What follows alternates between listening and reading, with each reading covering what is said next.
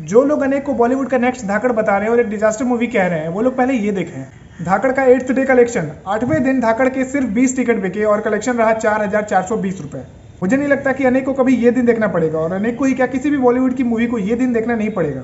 अब जाकर ये पता करो कि धाकड़ को टोटल कितने स्क्रीन्स मिले थे और अनेक को कितने मिले हैं, तो आपको पता चलेगा कि धाकड़ को टोटल 2100 स्क्रीन्स मिले थे और अनेक रिलीज हुई है 1200 स्क्रीन्स पर, यानी कि ऑलमोस्ट आधे स्क्रीन्स पर। और अगर आप फिर भी अनेक को धाकड़ से कंपेयर करते हो तो मैं आपको बताना चाहूंगा कि इतने कम स्क्रीन्स पर रिलीज होने के बावजूद अनेक ने धाकड़ से ज्यादा कलेक्शन किया है फर्स्ट डे, बल्कि सेकंड डे तो इसने फर्स्ट डे से भी ज्यादा कलेक्शन किया और इसकी ओवरऑल ऑक्यूपेंसी भी बढ़ी है।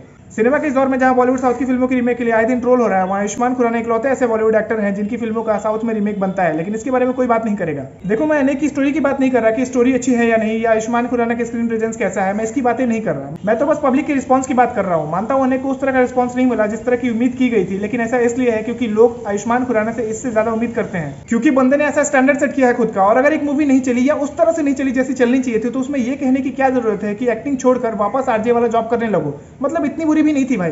बात रही धाकड़ से कंपैरिजन की, तो धाकड़ का जितना लाइफ टाइम कलेक्शन है उतना तो अनेक ने 2 दिन में कलेक्ट कर लिया है, तो इन दोनों को कंपेयर नहीं करो तो अच्छा होगा। लोग सिर्फ अनेक के नेगेटिव पॉइंट्स की बात कर रहे हैं, जैसे आयुष्मान खुराना वीक लग रहे हैं, स्टोरी बहुत एवरेज लग रही है, लेकिन नॉर्थ ईस्ट एक्टर्स के बारे में कोई बात नहीं कर रहा। उनके एफर्ट्स, उन्होंने कितनी मेहनत की है उसके बारे में कोई बात नहीं कर रहा, जैसे वो लोग इस फिल्म का हिस्सा ही ना हो, जो मुझे बिल्कुल सही नहीं लग रहा। देखो, किसी भी फिल्म का अच्छा, बुरा या एवरेज होना कोई बड़ी बात नहीं है, लेकिन अगर आप एक इन्फ्लुएंसर हो या एक रिव्यूअर हो तो आपको नेगेटिव पॉइंट्स के साथ पॉजिटिव पॉइंट्स को भी लोगों के सामने रखना चाहिए।